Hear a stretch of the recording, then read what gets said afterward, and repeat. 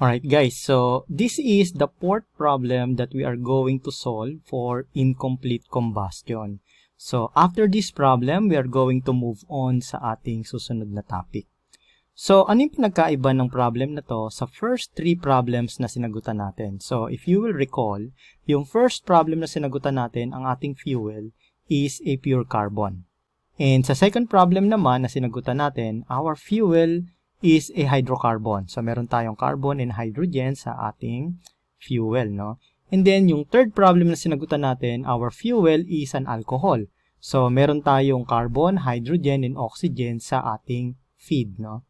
So, ang pinagkaiba nitong fourth problem natin, we will have different materials or different components dito sa ating feed. So, we will have a fuel gas containing 30% CH4, 30% H2, 10% CO, and 30% N2. So, this will be the first problem na sasagutan natin kung saan meron tayong carbon monoxide dito pa lang sa ating feed, and then meron din tayong N2 dito pa lang sa ating feed, no?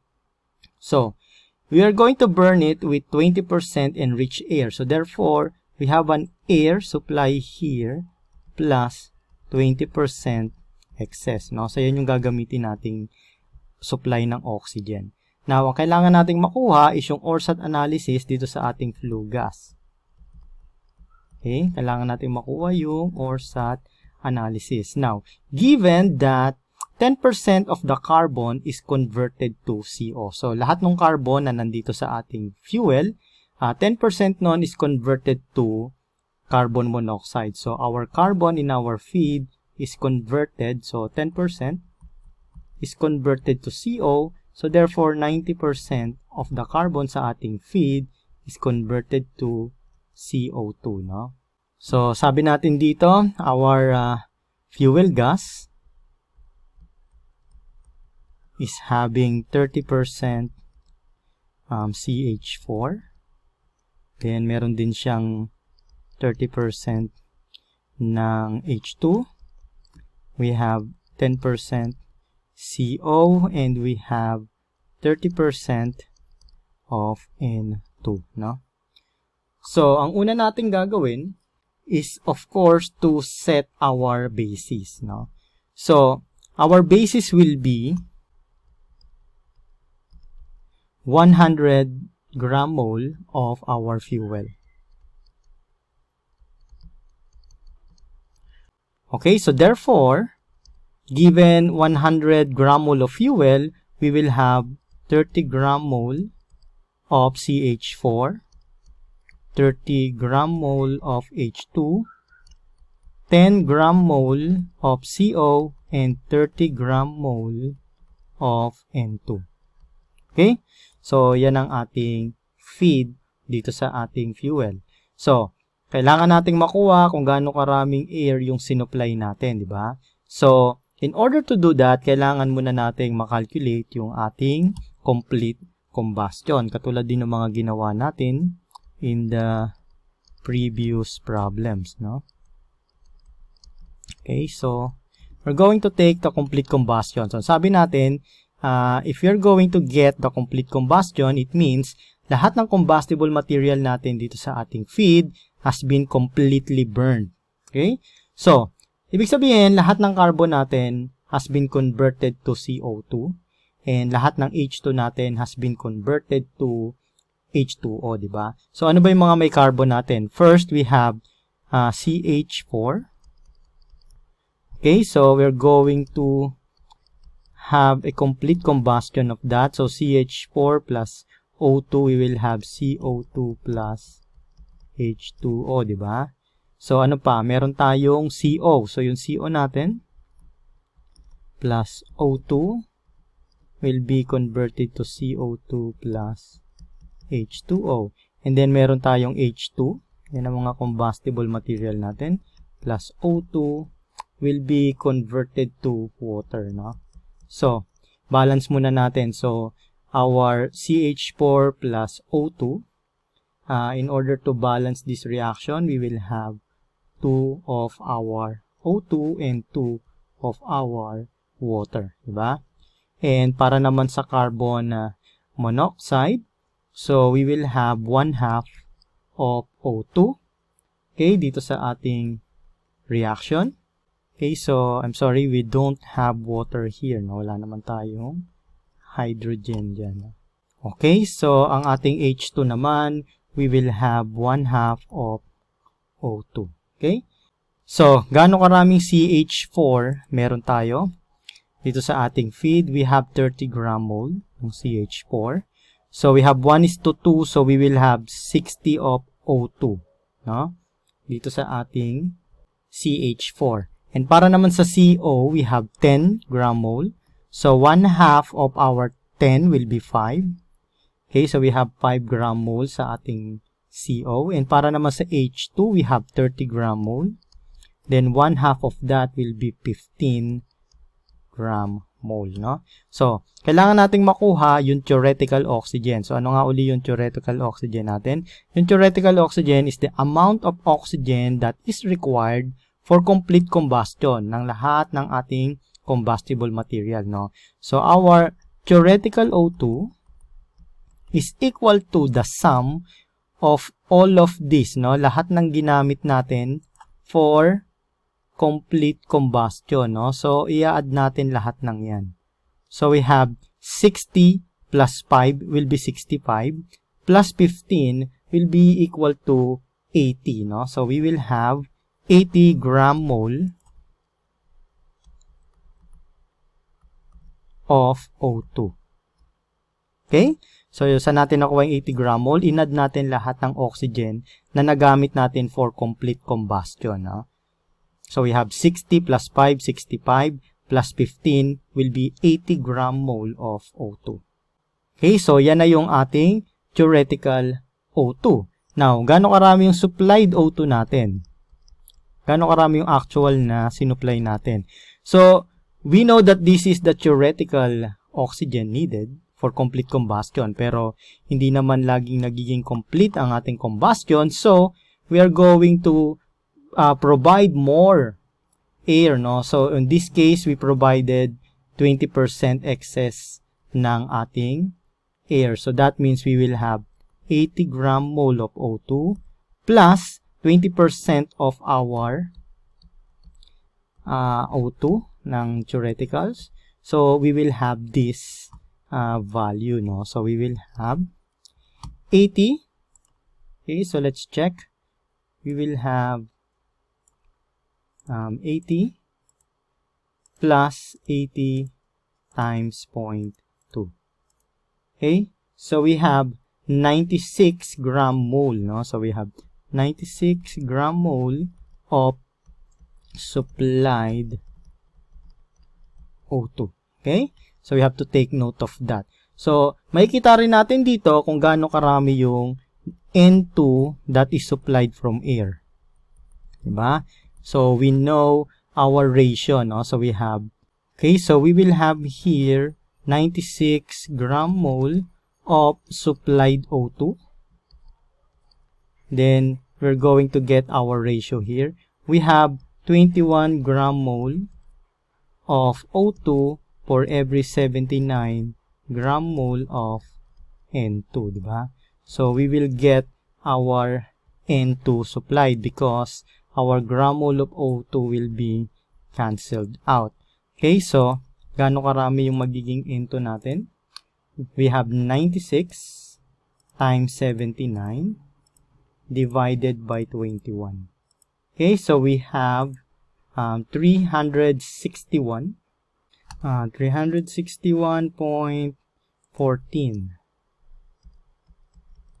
gram mole of N2 from area na.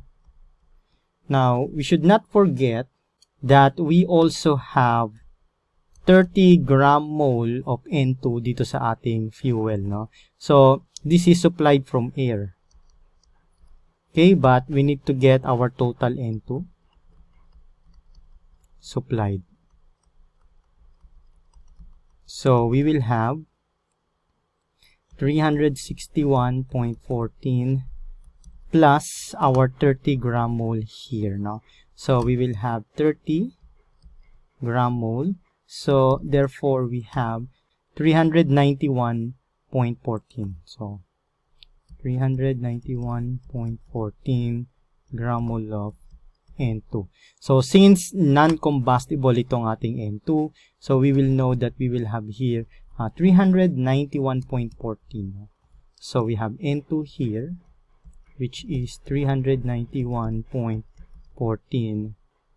gram mole. Okay? So, ano-ano yung mga ine-expect nating component dito sa ating flue gas? So, we know that we have incomplete combustion dahil meron tayong CO, no? 10% ng carbon natin has been converted to CO. So, we have CO2 here and CO. Okay? So, meron tayong CO2 for complete combustion and CO for incomplete combustion. And then, meron din tayong extra oxygen. So, we will have excess O2 here. And then, of course, our water, no? So, yan yung mga magiging component ng ating flue gas. So, alam na natin yung nitrogen. Kailangan naman natin ngayon makuha is yung O2 unused. Pero paano natin makukuha yung O2 unused? We need to get first yung actual combustion. Kasi, nag-supply tayo ng ganito karaming oxygen. Pero, gaano karami yung ginamit natin actually, no, sa ating combustion. Okay, so, we need to get our actual combustion. Okay, so kunin muna natin yung stoichiometric relationship ng ating mga component, no? So, for our CH4, okay, for every 1 gram mole ng CH4, we will have 1 carbon. And for every 1 gram mole of CH4, we will have 2 H2, di ba? For our carbon monoxide, for 1 gram mole of carbon monoxide, we have 1 carbon, and we have 1/2 of O2. Okay, so gaano karaming gram mole ng ating CH4? We have 30 gram mole. And for our CO, we have 10 gram mole, no? So we will have 10 gram mole here. So 1:1 ang ating CH4 to carbon, so we have 30 here. And for our H2, we have 60. Okay, because 1:2 tayo. Now, for carbon monoxide, 1:1, so we have 1 carbon, 10 carbon here, I mean, and 1/2 of O2, so we have 5 O2 in here. Okay, so how about yung ating H2, no? Tatandaan natin, meron tayong H2 dito na 30 gram mole. So, gaano karaming H2 meron tayo? So, dito meron tayong 60, okay, na H2. So, gaano karaming H2 total natin? We have 60 H2 base sa ating CH4. So, we have 60 gram mole. Plus, meron din tayong H2 coming from our fuel mismo. So, we have 30 gram mole here. So, i-add natin yan dito. So, we have 30 gram mole. So, therefore, our H2 total is equal to 90 gram mole. Okay, so kunin na natin yung actual combustion natin. But first, kailangan nating makuha kung gaano karami yung total carbon natin. Carbon total sa ating fuel is equal to yung carbon na galing sa CH4 which is 30 plus yung carbon na galing sa ating carbon monoxide which is 10. Okay, so ating carbon total is equal to 40 gram mole. Ngayon, ang sabi sa ating given, 10% of the carbon, okay, so 10% of the carbon is converted to CO and 90% of the carbon has been converted to CO2. So, gaano karami yan? Okay, so 10% ng 40 is equal to 4. So, that means we have 4 gram mole ng ating CO, no? Ng ating carbon has been converted to CO. Yung 90%, which is 36 gram mole, diba? So, 36 gram mole of carbon. Okay, so, has been converted to CO2. Okay? Okay, so, sabi natin, 90% of the carbon has been converted to CO2. So, we have carbon plus O2, converting that to CO2. So, 90% of the carbon is 36. Okay? Then 1:1 tayo. So we have 36 gram mole of O2 here, and we have 36 gram mole of CO2. Let me change that to orange, no, para hindi tayo nalilito. So we have 36, 36, 36 dahil 1:1 tayo. Okay? So that means meron na tayong, I'm sorry, this is CO2, no? CO2. So CO2 to. Okay, so we have 36 gram mole of CO2 dito sa ating flue gas, no? Kasi actual combustion na yun eh. Now, para naman sa CO, sabi natin, 10% of the carbon has been converted to CO. Okay, so, we have 4 gram mole ng ating carbon. Sorry, lagi tayo nagkakamali dyan. So, 4, okay, of our carbon has been converted to CO. But, kailangan nating i-balance yung ating equation. So, we have 1/2 of O2. Okay, converting that to CO. So, therefore, 1/2 ng ating 4, which is 2. Okay, so 1:1 ang ating carbon to CO. So, we have 4 in here. Okay, so we have carbon monoxide, which is 4 gram mole dito sa ating flue gas. So, we have 4 gram mole. So, oxygen and water na lang ang balance natin, ano. So, okay, so kunin naman natin yung ating actual combustion ng hydrogen.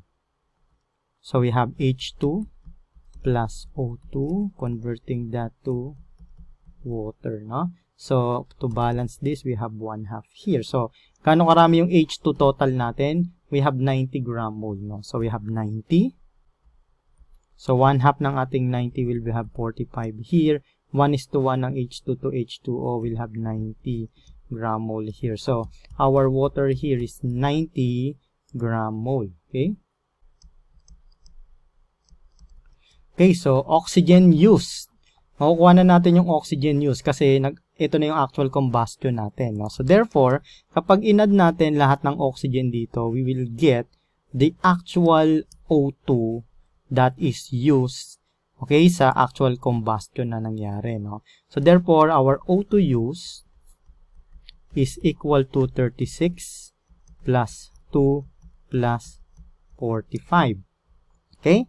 So, if you're going to add that, we will have 36 plus 2 plus 45. So, we have 83, no? So, we have 83 gram mole of O2 used.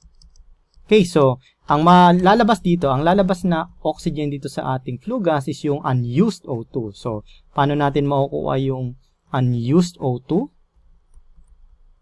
Tulad nung ginawa natin last time, this will be O2 supplied minus O2 used. Okay? So, gaano karami yung O2 supplied natin? Our O2 supplied, ito, kinalculate natin kanina, 96 gram mole. So, we have 96 gram mole minus O2 used, which is 83 gram mole. Okay? So, therefore, our O2 unused, which is equal to 13 gram mole. Okay? So, we have 13 gram mole of O2 dito. Okay? Okay, so, dahil kailangan natin kunin yung ORSAT analysis natin, katulad nung natutunan natin before, we are going to get the percentage of every component except water. So, kunin natin yung total nito. Okay? So, we will have 391.14 plus 36 plus 4 plus 13. So, we have 444.14. Okay, so kunin na natin ngayon yung percentage ng bawat component natin. Ano? So, first, itong ating N2, we have 391.14. divided by 444.14 times 100. So this is equal to 88%. Okay, so we have 88%. Para naman sa ating CO2, we have 36 divided by 444.14 times 100 is equal to 8.1%. Para naman sa ating CO, we have 4 divided by 444.14 times 100 is equal to 0.9, no? 0.9%. And then, para naman sa ating O2, we have 13 divided by 444.14 times 100. So, we have 2.93%. Okay? So, yan ang ating ORSAT analysis dito sa ating flue gas. Okay, so this will be our final answer. Okay, so this concludes our lessons for incomplete combustion. So, in our next topic, we're going to move on sa panibagong topic na dito sa ating stoichiometry for fuel combustion. So, with all of that and more, I will see you in our next video.